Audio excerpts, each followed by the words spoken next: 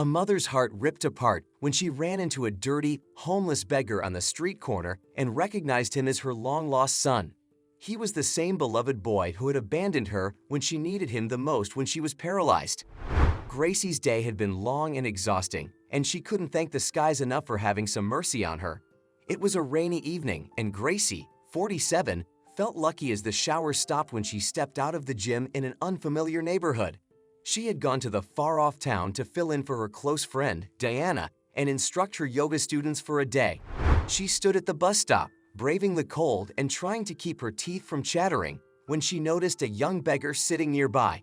With his fragile body cloaked in a tattered blanket, the man desperately stared into his alms bowl before him. Without wasting a second, Gracie took out her purse to give him some change so he could buy a warm meal. But as she approached the guy, a chill ran down her spine, and she froze in her spot. Her face grew ashen like she'd seen a ghost. Gracie's heart started racing so fast that she feared it might stop beating when she recognized the man. "Tyler, is it really you?" she exclaimed on seeing her son, who was now reduced to begging for scraps on the street. The beggar recoiled in shock as he tried hiding his face from the mother he had abandoned 3 years ago when she was paralyzed. How could he forget that face? How could he not recognize that voice? And how could he forget that fateful night 3 years ago when he was informed of his mom's accident? It was a frosty night on December 23. Tyler, 24, was enjoying himself at a party, laughing and joking with his friends and hitting on random girls. Suddenly, his phone started buzzing, but he didn't attach any importance to it. "Whose number is this?" he whispered as he glanced down and saw an unknown number flashing on his cell phone screen. But he was so busy partying that he ignored it and returned to enjoying himself with his friends.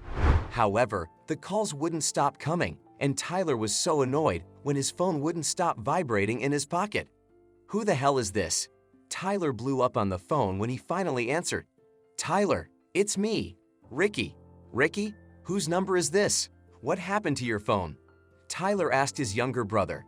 "My phone's battery is dead." "Tyler, it's Mom," Ricky added, his voice trembling. "She's was in a car accident."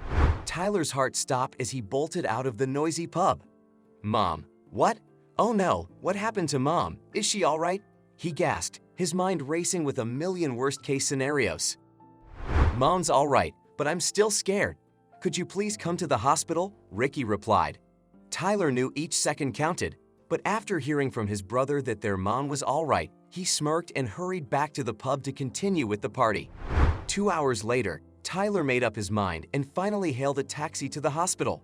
Ricky's angry voice boomed across the hallway when his brother burst into the hospital looking for their mother's ward. "What took you so damn long?" Ricky snapped at Tyler. "Why do I seem so important now? Did you suddenly realize I'm your older brother, Mom's eldest son who deserved all her love and attention?" Tyler fumed at Ricky. "You're her favorite son, aren't you? You're always the first in everything, so why should I waste my time coming in early?" "Are you out of your mind, Tyler? Mom's admitted here. She's had a terrible accident. You know what? You're so sick and selfish. That's why everyone hates you." Ricky's words stung Tyler like a slap in the face. He was so offended, and his ego hurt to admit he was wrong. "Fine," Tyler spat. "I'm leaving, and don't come to me for help with anything, okay? Let Mom's beloved son take care of her." Tyler stormed out of the hospital, his blood boiling with anger. He could not shake the feeling that his own brother would raise his voice against him. Gracie lay in her hospital bed, exhausted from multiple surgeries. She had crawled her way to success in life, but the terrible car crash and the medical bills would now force her to sell her dear business. But even more painful was the sight of her two beloved sons drift apart. After her husband dumped her with 2 kids for another woman, Gracie braved her fate to raise her children. She was not interested in finding love again because she considered her sons as the sole purpose of her life. Gracie swallowed her tears, and Ricky remained her rock throughout her hospital stay and even after she was discharged. He often took a break from college and stayed by her side to make sure she was okay. But Tyler, he was more interested in partying with his friends than spending time with his mother, who was rendered paralyzed. But one day, he was forced to stay home and watch over his mother when Ricky was held up with an important entrance exam. Although Tyler helped Gracie, it was not in the way she'd hoped. "Oh dear," Ricky has forgotten to get these medicines. Tyler, honey, could you please run to the drugstore? Gracie asked her son, who was busy texting his friends on his phone. Sweetie, I need to take these pills before lunch. Could you please? What do you want, Mom? Tyler snapped at Gracie, grabbing the prescription from her hand. Who'll give me the money? I don't have money to get your medicines. It's in there, Gracie said as she handed Tyler the keys to her cupboard. He got her the medicines and was so irritated whenever she called him to help her with some water or to take her to the restroom. Gracie weighed the look of impatience and frustration on Tyler's face, and she was so crushed. I'm sorry for burdening you, cried Gracie when Tyler yelled at her for calling him again. I didn't expect my son would treat me this way. Oh really? Tyler lashed out at his mom. What did you expect when you dumped me with Grandma when I was a kid? Gracie felt a dagger in her heart when she reflected on her past. When Gracie's ex-husband abandoned her with the children, her second son Ricky was just a newborn. So she had left her eldest son Tyler with his grandma and had taken Ricky to work because he was still a baby and needed more attention and care. But this didn't sit too well with Tyler. He was jealous of his younger brother and couldn't hold himself back from picking fights with him as they grew older. Moreover, he thought his younger brother was their mother's golden child, so he never forgave Gracie, thinking she was playing favorites. Tyler failed to understand that a mother would never divide her love for her children. Gracie's two sons were the light of her life, and she would never choose to pick one eye and prick the other. I didn't abandon you, Gracie cried, her voice barely above a whisper and her lips dry. She was choked by what Tyler had said. I worked hard day and night to feed the family, to keep the roof over our heads, to give you a good education, but you spent all the money from your college fund on your parties, girls, and friends. Gracie felt a sense of stinging pain wash over her as she finished those words. She looked into Tyler's eyes, waiting for an answer to calm her soul. Yeah, whatever. When's your pet coming home? I have some important work, and I need to go.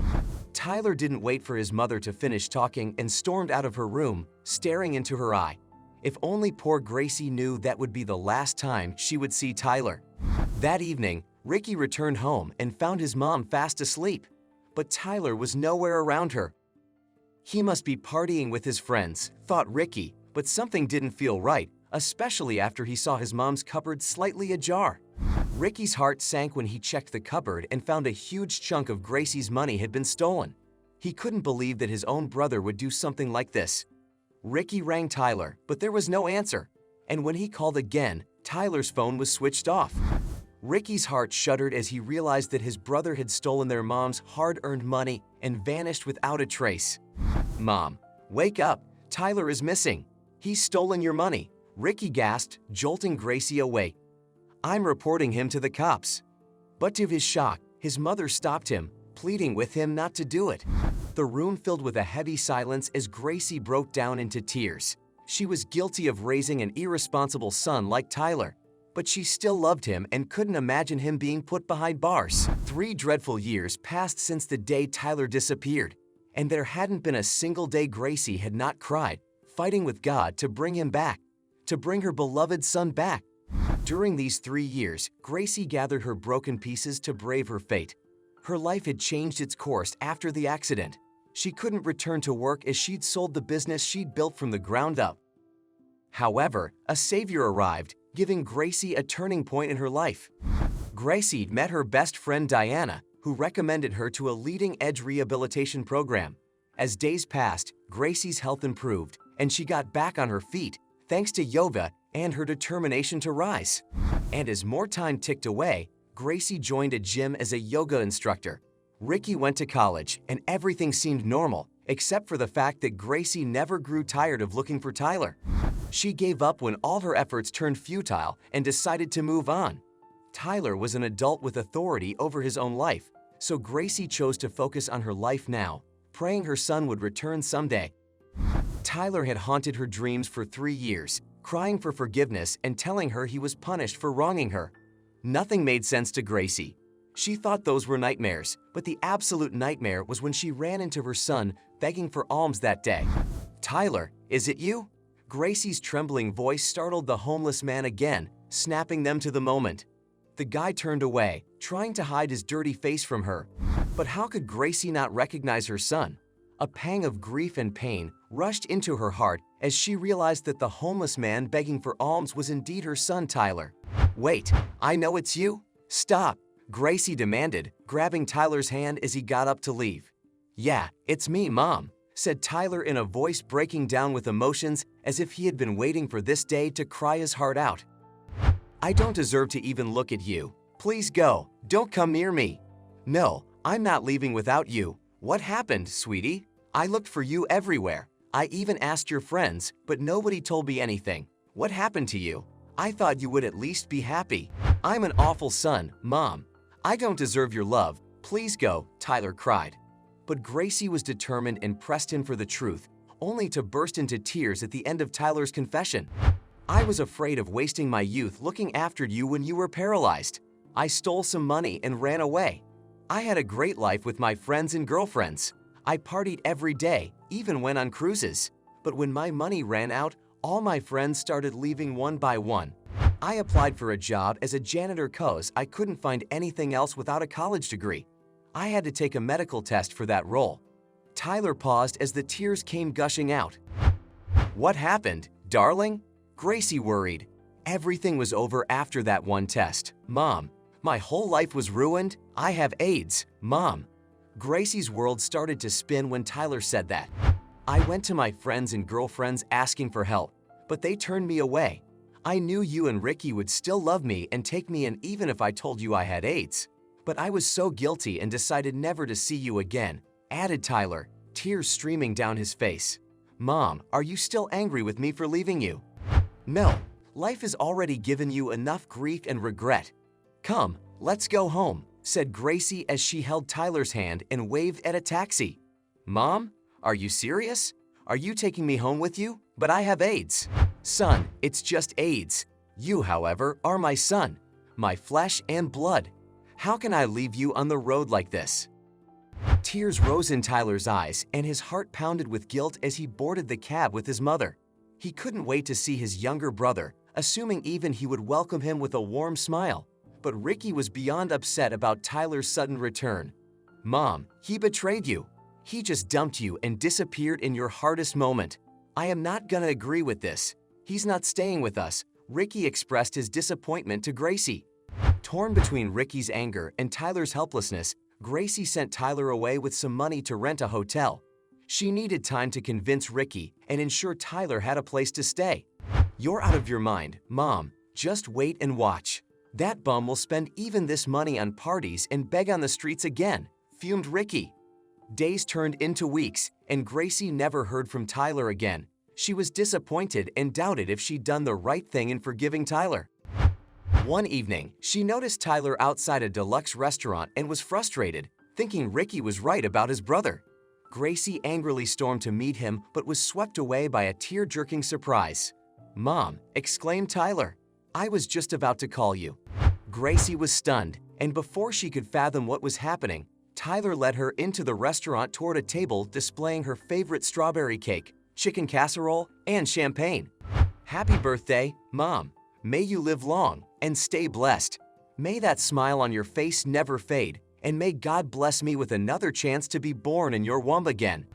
As it turned out, Tyler had finally landed a job as a builder, and to his luck, he was not turned away over his health issues. He worked hard day and night, and that's why he never found time to call or visit his mother.